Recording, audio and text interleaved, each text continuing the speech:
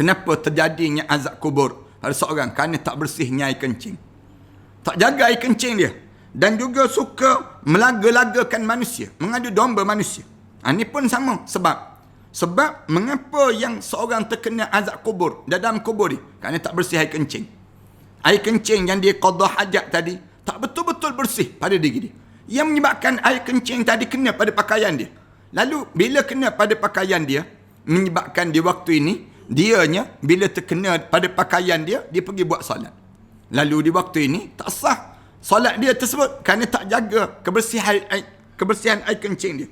Dan yang kedua, suka melaga-lagakan orang. Hidup nak melaga-lagakan di antara satu sama lain. Ni pun penyakit juga. Kalau kita perhati dalam dunia kita sekarang ni kan, orang kita ni mengadu domba, melaga-lagakan di antara satu sama lain. Orang yang buat baik dengan orang yang melihat kebaikan yang dibuat tadi, dilaga-lagakan. Digunakan Facebook, digunakan dengan Twitter, digunakan dengan Instagram, digunakan dengan YouTube dan sebagainya. Nak laga-lagakan di antara kebaikan yang dilakukan ini dengan di antara satu sama lain. Semua ni satu kekarutan yang tak patut berlaku di kalangan kita.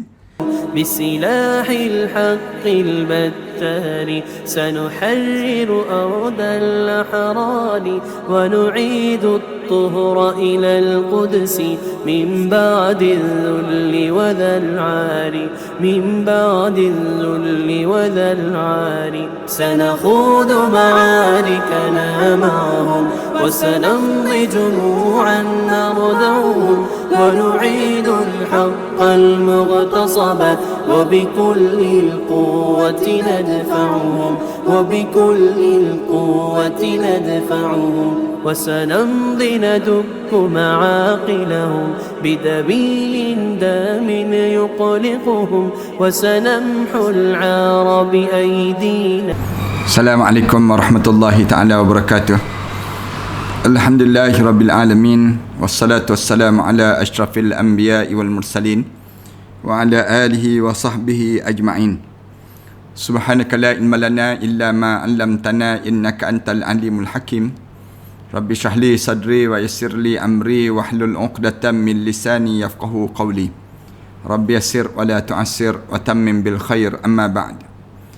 Para penonton dan sahabat-sahabat yang dirahmati dan dikasihi sekalian, kita masih lagi dalam membicarakan tentang mengenai satu suasana yang kita akan lalui dalam hidup kita ini, sama ada kubur kita menjadi taman pada taman-taman syurga ataupun kawah kepada kawah-kawah neraka.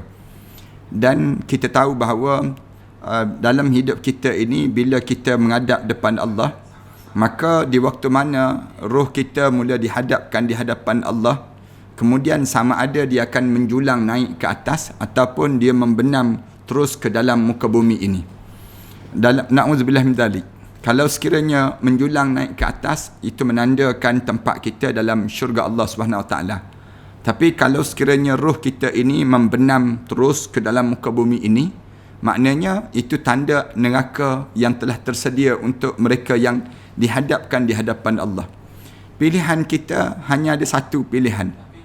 Bukan pilihan untuk dua pilihan ini, tidak.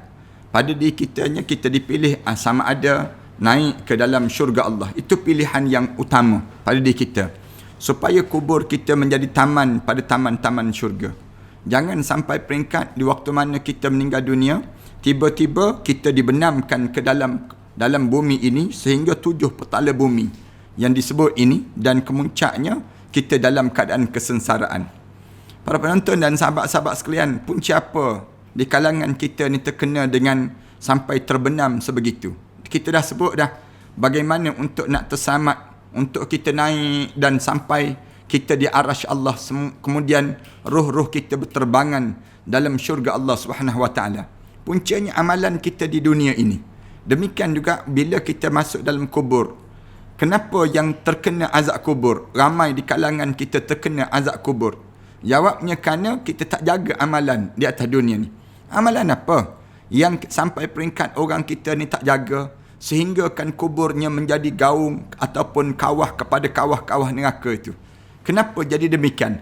Antaranya sebab yang kita sebut dalam perbincangan alim ulama, yang pertamanya kerana menyungutukan Allah. Itu sebab yang pertama. Sebab yang kedua, kerana memilih untuk menjadi munafik. Ni sebab yang kedua. Hidup atas dunia dalam keadaan yang teragak-agak dengan Islam. Yang ketiga, bercakap bohong ataupun berdusta. Bukan bercakap bohong je. Hidup menjadi kazib. Bukan menjadi seorang yang as-sidqi. Seorang yang membenarkan perintah Allah. Lawan pada as-sidqi maknanya al-kazbi. Maknanya di kalangan kita ni ada orang yang hidup dia lawan bohong. Ataupun hidup dia dalam keadaan yang dia lawan perintah Allah. Ni kazib dipanggil. Yang keempat, kerana menjauhkan diri daripada orang yang dia dapat Al-Quran, tiba-tiba dia menjauhkan diri daripada Al-Quran. Tak mempelajari Al-Quran, ataupun penghafal Al-Quran, ataupun dia telah tahu dah Al-Quran, tapi dia tak nak beramal dengan Al-Quran. Ini di antara sebab juga yang terjadi demikian pada seorang. Dan yang kelima, dia ialah orang yang meninggalkan solat wajib. Ini di antara sebab azab. Yang ataupun dia suka menangguh solat dia. Sedangkan solat ini menjadi asas kepada kehidupan kita waktu mana kita di dunia ini dan juga bila kita berada dalam kubur nanti. Saya pesan banyak kali lah. Semua di kalangan follower saya ni, jangan ada seorang pun yang dia hidup dalam keadaan yang dia meninggalkan solat. Rugi kalian. Kalian akan rugi. Kalian ikut dah apa yang saya sebut. Saya dah bagi tahu dah apa yang sepatutnya dalam kita lakukan. Tiba-tiba ada di kalangan kita dia tertinggal solat dalam hidup dia. Sengaja ditinggalkan solat ataupun dia main-main terhadap solat. Yang ni menjadi bahaya dalam hidup seorang. Yang keenam pada malam ini ialah siapa yang akan dihumban dalam neraka dimasuk saja dalam kuburnya menjadi berubah menjadi kepada yang disebut dengan neraka Allah Subhanahu Wa Taala ni. Itu golongan yang keenam ialah mereka yang makan riba. Mereka yang tak jaga di sudut ekonomi mereka. Ini dipanggil makan riba. Makan riba ni punca apa dia? Makan riba ni kerana kita tak jaga soal yang dinamakan dengan halal ke haram sumber ekonomi yang kita lalui dalam kehidupan kita, lalu terjerumus ke dalam masalah riba. Dalam masalah riba ni ramai di kalangan kita terlibat. Ni yang menyebabkan dianya bila masuk dalam kubur, tiba-tiba dia dapati bahawa dia kena azab. Punca apa dia? Tak jaga dalam masalah ekonomi, dalam kehidupan seharian. Datang daripada mana sumber duit dia tersebut, kemudian bagaimana dia gunakan duit dia tadi, kemudian dalam masa yang sama harta benda dia tadi, dan dia terlibat dengan masalah riba. Yang ni dalam hadis yang disebut, dalam hadis Isra' Mi'raj Rasulullah sallallahu alaihi wasallam, disebut kami pun pergi hingga mendapati sebuah sungai yang berwarna merah seperti darah. Dalam peristiwa yang di mana berlakunya keadaan demikian. Di dalamnya terdapat seorang lelaki yang berenang. Disebut dalam hadis ini. Dan di pinggir sungai terdapat lelaki lain yang mengumpulkan bebatuan yang banyak. Ada sungai darah dalam peristiwa Isra' Mi'raj Rasulullah sallallahu alaihi wasallam sebut, kami tengok ada lelaki itu sedang berenang. Dan ada seorang lelaki yang kerja dia yang berenang tu mendatangi lelaki yang mengumpulkan batu tu dan membuka mulut untuk dimasukkan batu ke dalam mulutnya. Disebut demikian. Lalu dia kembali berenang dan mendatangi lelaki yang mengumpulkan batu itu lagi. Setiap kali mana datang, dibuka mulutnya dan dimasukkan batu ke dalam mulutnya. Ini cerita dalam peristiwa di mana Rasulullah sallallahu alaihi wasallam melihat keadaan manusia di akhirat Allah Subhanahu Wa Taala, suasana yang dia berenang dalam darah. Kemudian pergi dekat dengan lelaki yang berada tepi sungai tu, nganga mulut, lelaki tu masuk batu dalam tu badan dia. Lalu ditanya, siapa dia? Siapa orang yang demikian? Disebutlah dalam bahagian hadis tersebut disebut, ada pun lelaki yang kamu dapati sedang berenang dalam sungai dan menelan batu itu adalah orang yang gemar memakan riba. Ini di antara orang yang dihumban ke dalam api, menjadikan kubur dia berubah menjadi kepada yang disebut dengan azab kubur yang terjadi pada seorang. Maknanya sepanjang hidup di atas dunia ni kita diajar supaya jaga apa dia? Jaga jangan terlibat dengan masalah riba.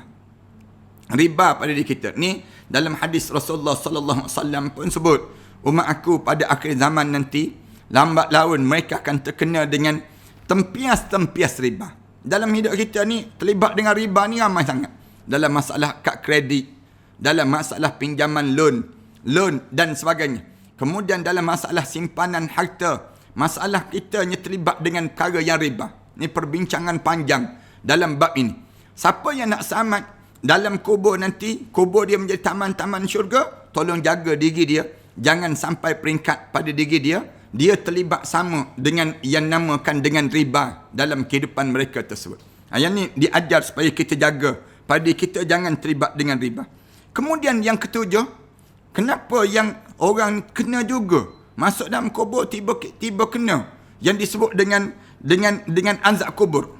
Yang ketujuh ialah berzina, menjadi penzina. Terlibat dengan masalah zina. Dalam hadis yang dahulu juga disebut, hadis yang panjang yang cerita tentang masalah ini, kami pun pergi dan menemukan satu lubang seperti cerobong, di dalamnya terdapat teriakan dan suara. Kami pun mengamati apa yang ada dalam lubang tersebut. Ternyata sepasang lelaki dan perempuan yang sedang telanjang disambut dengan kobaran api yang menyala-nyala daripada bahagian bawah neraka di bawah mereka itu. Ketika api itu mendekat, mereka mula semakin berteriak. Dalam bahagian terakhir hadis tersebut, ada pun lelaki dan perempuan yang telanjang itu, keduanya adalah para penzina. Na'udzubillah min dzalik. Siapa-siapa yang melangani pelacur, siapa-siapa yang hidup di atas dunia ni menjadi penzina.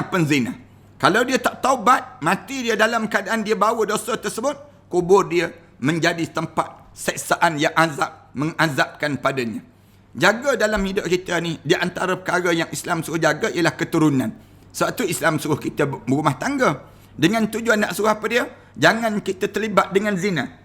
Zina ni, ramai di kalangan kita ni terlibat. Senang jadi terlibat kerana apa dia? Kerana proses dalam masyarakat kita ni, membuka aurat itu terdedah. Kemudian hubungan di antara lelaki dan perempuan itu senang terjalin dalam dunia kita sekarang ni. Dalam keadaan sebegini, maka berlaku anak-anak luar nikah.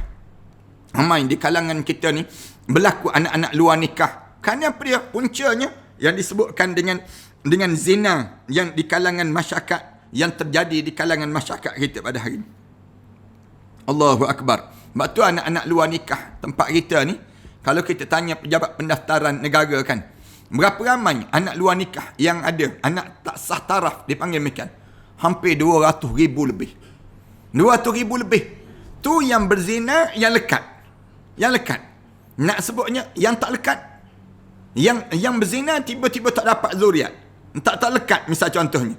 Zuriat ini sendiri. Berapa ramai lagi penzina-penzina yang sedang bertebaran di kalangan masyarakat kita. Ini merupakan virus yang dahsyat. Bila masuk dalam kubur, tiba-tiba dalam keadaan demikian, mereka ini dikenakan dengan azab kubur. Kesan daripada mana?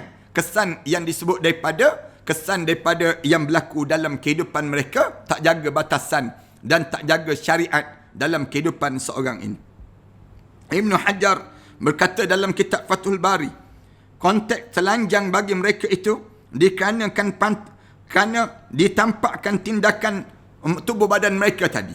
Oleh kerana mereka ni dalam keadaan atas dunia ni suka berzina, dalam hidup dia menjadi penzina, lalu Allah teranjangkan dia dan ditunjukkan suasana bagaimana sengsaraan api yang datang dalam kubur mereka dan kesan pada mereka hasil daripada perzinaan yang mereka lakukan di atas dunia ini.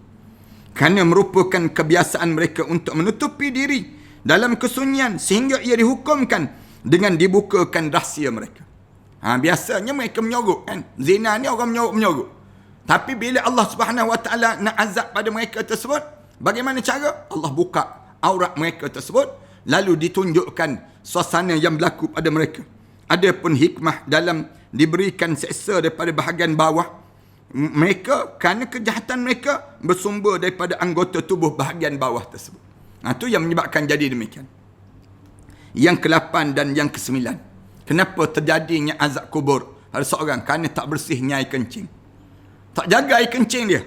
Dan juga suka melaga-lagakan manusia. Mengadu domba manusia. Ini pun sama sebab mengapa yang seorang terkena azab kubur dalam kubur ni? Kerana tak bersih air kencing. Air kencing yang dia qada hajat tadi tak betul-betul bersih pada diri dia. Yang menyebabkan air kencing tadi kena pada pakaian dia. Lalu bila kena pada pakaian dia, menyebabkan di waktu ini, dianya bila terkena pada pakaian dia, dia pergi buat solat. Lalu di waktu ini, tak sah solat dia tersebut kerana tak jaga kebersihan air kencing dia. Dan yang kedua, suka melaga-lagakan orang. Hidup nak melaga-lagakan di antara satu sama lain. Ni pun penyakit juga. Kalau kita perhati dalam dunia kita sekarang ni, orang kita ni mengadu domba, melaga-lagakan di antara satu sama lain. Orang yang buat baik dengan orang yang melihat kebaikan yang dibuat tadi. Dilaga-lagakan. Digunakan Facebook. Digunakan dengan Twitter. Digunakan dengan Instagram. Digunakan dengan YouTube dan sebagainya. Nak laga-lagakan di antara kebaikan yang dilakukan ini dengan di antara satu sama lain. Semua ni satu kekarutan yang tak patut berlaku di kalangan kita. Yang tak jaga air kencing disebut daripada Ibn Abbas radhiyallahu anhu. Rasulullah sallallahu alaihi wasallam pernah berjalan melewati kebun-kebun di Madinah.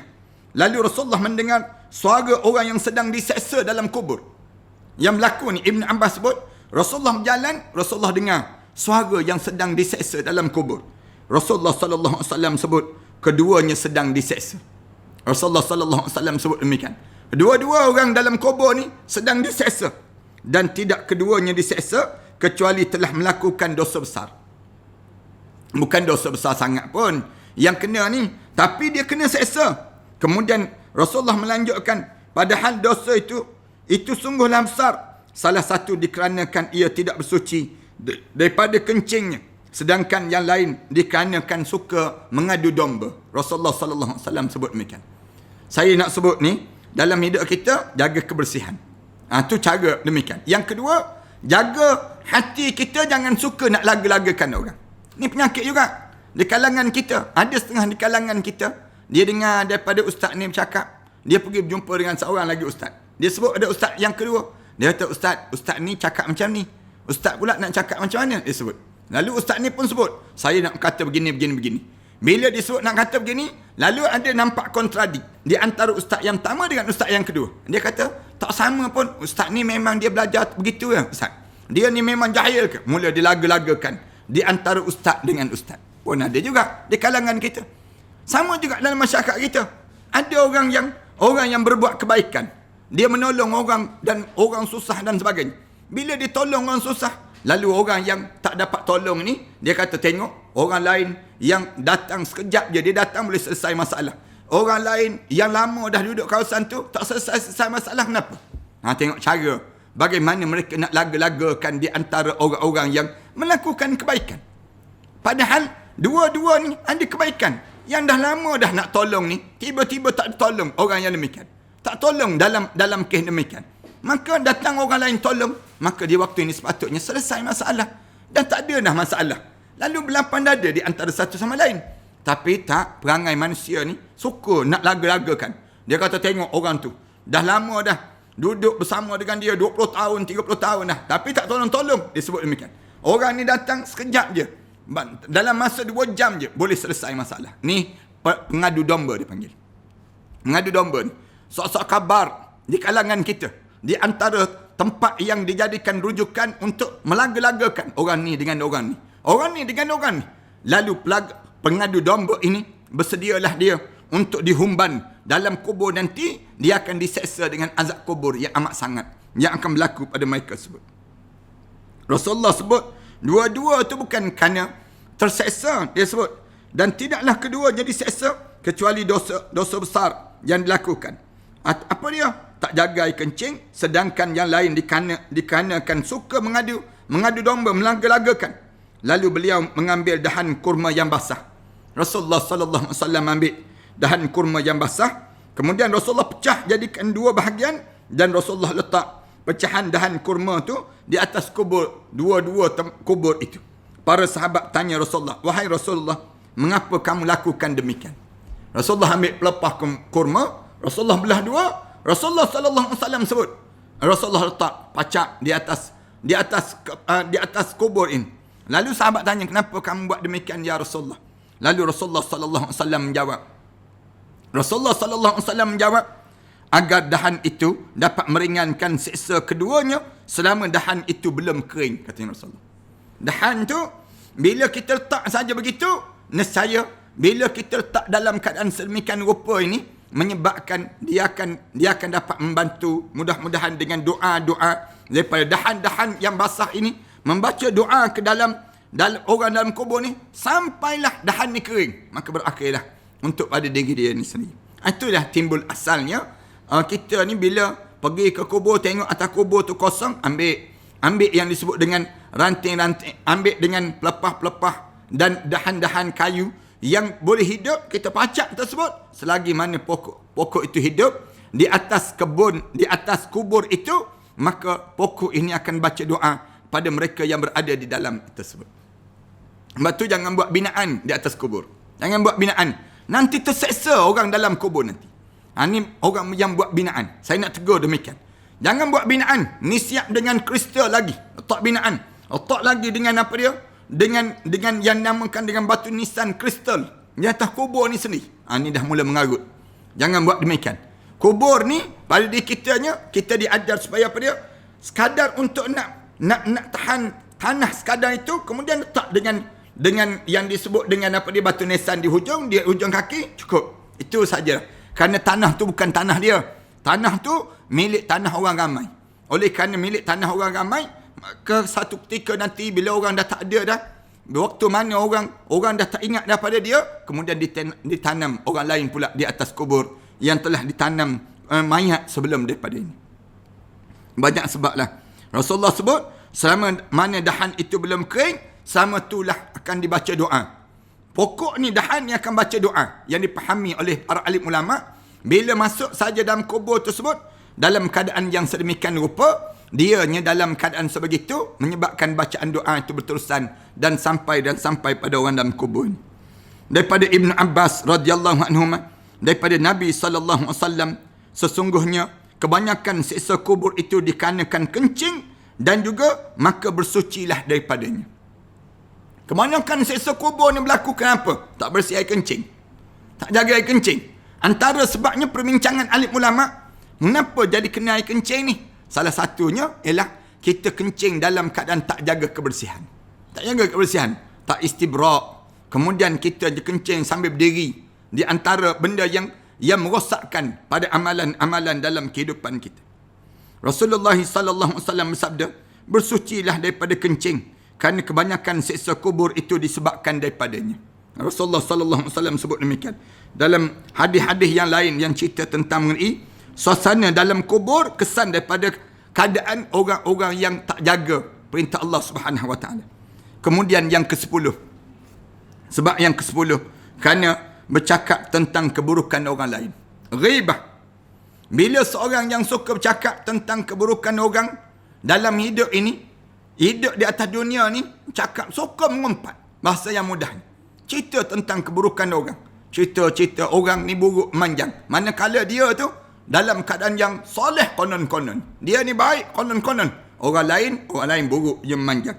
Siapa yang suka mengumpat, orang yang suka hidup dalam keadaan bercakap tentang orang lain, tunggu sekejap je lagi. Masuk je dalam kubur berubah menjadi kawah pada kawah-kawah neraka terus.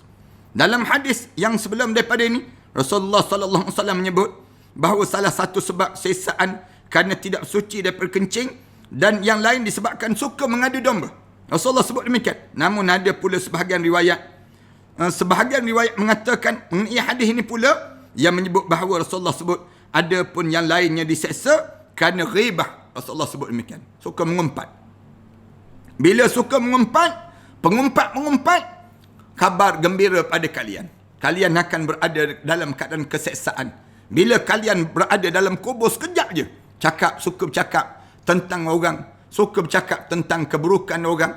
Hidup ni sentiasa cerita tak habis-habis tentang orang. Manakala kamu sendiri tak baca diri kamu. Kamu sibuk bagi tahu tentang orang saja.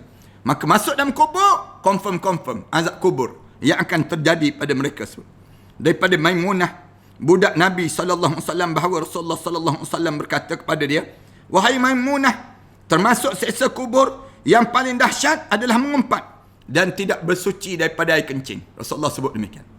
Di antara sebab mengapa seorang itu terkena azab kubur azab kubur yang kena oleh seorang, suka mengumpat. Bila manusia ni suka mengumpat, masuk saja dalam kubur, maka azab kubur akan terjadi dengan umpatan-umpatan yang disebut tersebut. Ini dibincang, alim ulama bincang panjang dalam perkara demikian. Kemudian yang ke-11, azab kubur ni terjadi pada siapa?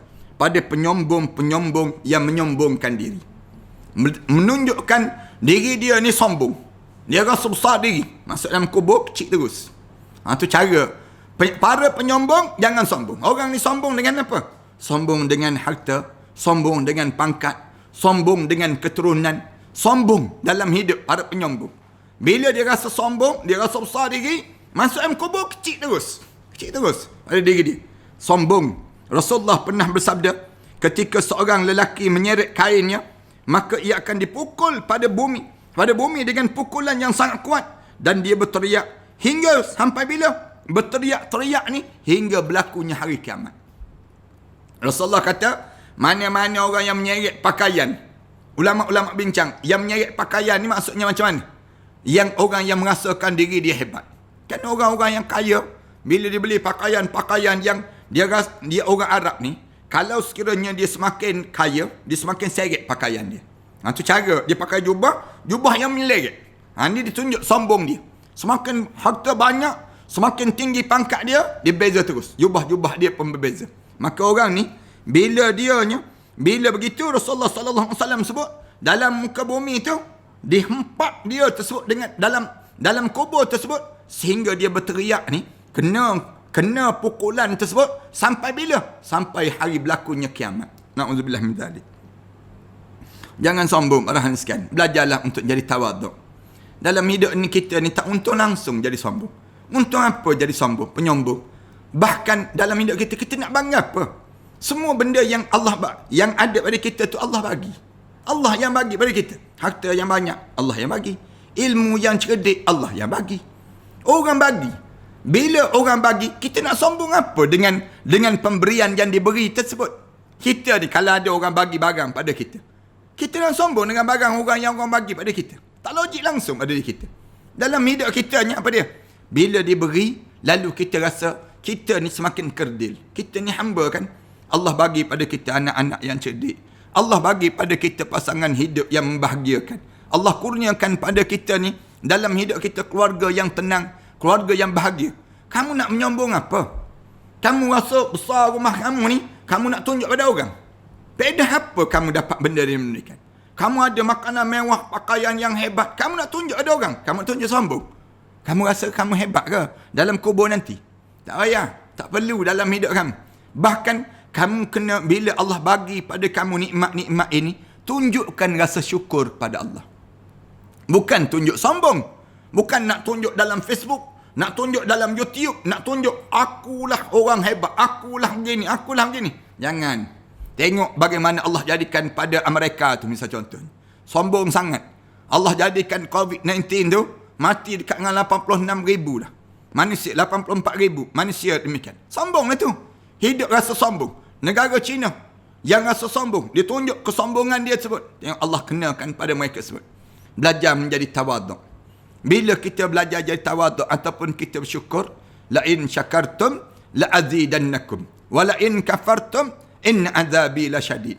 Kalau sekiranya kamu syukur, aku akan tambah lagi nikmat-nikmat pada kamu. Wa la in kafartum, kalau kamu kufur, inna azabi lasyadid. Azab aku ni amat pedih. Pedih azab Allah bila terhumban ke dalam kubur saja, jenazah masuk dalam kubur je, rasa terus bagaimana sesaan-sesaan yang dikenakan pada mereka yang hidup dalam keadaan menyombong. Kalau orang puji kita, balik mula pujian itu untuk Allah. Jangan kita puji diri kita, jangan. Orang puji kita je, anak-anak cerdik misal contoh. Kita pun mula kata sebenarnya bukan anak tu cerdik, memang mak ayah dia dah cerdik kata. Dah mula nak jadi sombong lah tu. Dalam hidup kita ada orang, bila orang sebut ada dia kata kamu cantik. Kalau kamu fikir kereta ni cantik, tuan dalam kereta tu lagi cantik. Mula dia nak tunjuk bagaimana hebat dia. Demikian patutnya disebut hadza min fadli rabbi. Ini anugerah Allah pada diri saya. Liyabluwani ana ashkuru an akfur. Allah bagi nikmat-nikmat ni untuk menguji pada saya sama ada saya syukur ataupun saya kufur pada Allah Subhanahu Wa Taala. Kemudian yang ke-12, kenapa kena azab kubur lagi? Yang sebab yang ke-12, kerana menyakiti orang lain dengan lidahnya. Menyakitkan orang lain dengan lidah. Lidah ni kasar sangat. Cakap je, sakit hati orang. Hidup dia ni, mengata kepada orang ni, seolah-olah dia tu jauh lebih hebat daripada orang yang dia kata. Ni ada ni, orang yang demikian. Mulut dia lancang, dia panggil. Mulut yang tak cukup menapis teh. Orang yang jenis demikian. Bila dia masuk kubur, tunggu azab kubur yang berlaku pada diri seorang. Dalam hadis Abu Hurairah radhiyallahu anhu, dalam riwayat Ibnu Hibban, dan disebut bahawa Nabi sallallahu alaihi wasallam bersabda, Rasulullah sallallahu alaihi wasallam sebut, salah seorang daripada keduanya tidak bersuci dan daripada air kencingnya, sedangkan yang lainnya menyakiti hati orang lain melalui lidahnya dan berinteraksi di antara mereka dengan adu domba. Maknanya lidah tak jaga. Sebab tu lidah ni di antara anggota badan yang kena jaga sungguh. Biar kita ni orang dengar cakapan kita, orang rasa tenang je. Tuan-tuan kan, biasa tak tuan-tuan, kalau tuan-tuan berjumpa dengan orang, ada orang yang kalau kita dengar dia bercakap menyakitkan, kita pun kata tak payah bercakap lah kamu, boleh tak? Ada orang yang dia bercakap je bernanah je telinga kita. Ada orang yang kalau dia bercakap, kita akan sebut, tolong sebut bercakap lagi, kerana saya rasa nikmat dengan percakapan kamu, saya rasa tenang dengan kata-kata kamu. Ada orang demikian. Orang yang bila dia bercakap itu menyakitkan hati kita, orang ni jangan kita dekatlah, kerana dia ni bakal diazab di dalam kubur. Itu cara demikian pada diri kita. Kita paling terus cakap je nak sakit hati, cakap je menyakitkan hati di kalangan kita. Baik, tak payah bercakap, baik kita pergi jauh. Kenapa? Kerana bahaya. Kalau kita dekati juga dengan keadaan ini, benda apa yang akan terjadi? Benda yang kalau kita lawak balik, dia benda kita lawan balik cakapan dia tadi, menyebabkan dua-dua dihumban dalam api neraka Allah, dan dua-dua dalam kubur diseksa dan diseksa.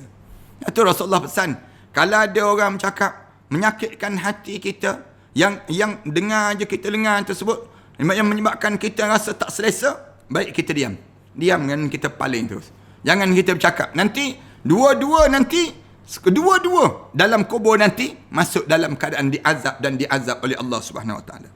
Jaga lidah, tambah-tambah dalam suasana kita hari ini. Orang jadi tertekan, hidup dalam keadaan tertekan. Bila dalam keadaan tertekan ni, tolong jaga di antara suasana yang kita kena jaga sungguh, jaga lidah. Jangan sampai peringkat lidah kita ni saling sakit menyakitkan di antara satu sama lain. Semua di kalangan kita ni, bila diprovok, akhirnya terbuka jalan syaitan masuk. Itu dia akan jadi demikian. Dalam keadaan kita ni, jangan bukalah jalan syaitan tu masuk.